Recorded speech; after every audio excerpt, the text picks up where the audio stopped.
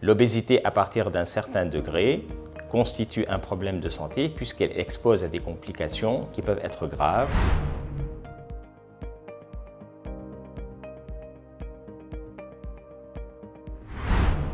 Bonjour tout le monde, je suis le docteur Hatem Jabès, je suis spécialiste en chirurgie digestive et bariatrique et je vais vous parler un peu de la chirurgie bariatrique. C'est un ensemble de techniques chirurgicales qui consiste à opérer des patients qui ont une obésité importante. Cela veut dire que cette obésité est devenue un problème de santé. Donc c'est une chirurgie qui est entourée par le maximum de sécurité pour que l'opération se passe bien et pour que le choix soit bon et choisir la technique la mieux adaptée à la personne. Est-ce qu'il faut opérer tous les patients obèses? Non. Il faut évaluer d'abord l'importance de l'obésité et un des éléments dont on dispose, c'est le calcul de l'index de masse corporelle, l'IMC. Et en 2021, nous sommes autorisés à opérer les patients à partir d'un IMC de 30, surtout quand il y a des maladies associées que ceci se rajoute. En gros, nous avons deux classes de techniques chirurgicales.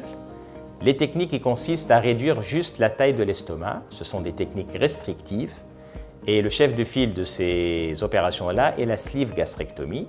Donc ça consiste à réduire le volume de l'estomac, donc à réduire le volume des repas et c'est ce qui va amener le patient à maigrir. C'est une opération qui est essentiellement indiquée chez les gros mangeurs, c'est les personnes qui prennent des repas très copieux, 3 repas par jour mais de très grand volume. Le deuxième type d'opération, ce sont les opérations qui consistent à associer une réduction de la taille de l'estomac, mais également une procédure de malabsorption.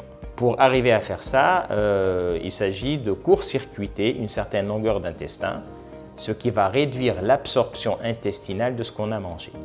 Le chef de file de ces opérations-là, c'est le bypass. Donc, c'est des opérations qui vont faire maigrir par deux biais, en réduisant le volume des repas et en réduisant l'absorption par l'organisme de ce qui a été mangé.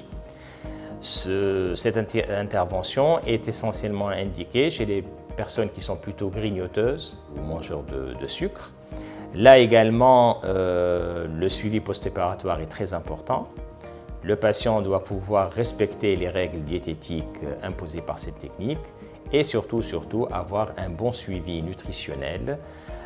S'assurer que l'alimentation est équilibrée, s'assurer qu'il prend régulièrement ses vitamines et ses compléments alimentaires et contrôler régulièrement par des analyses de sang pour être sûr qu'il n'y a pas malgré tout un petit déficit à corriger. Il n'y a pas de technique standard pour tout le monde, chacun a ses particularités et le tout est de savoir proposer à chacun la technique qui va lui correspondre le plus.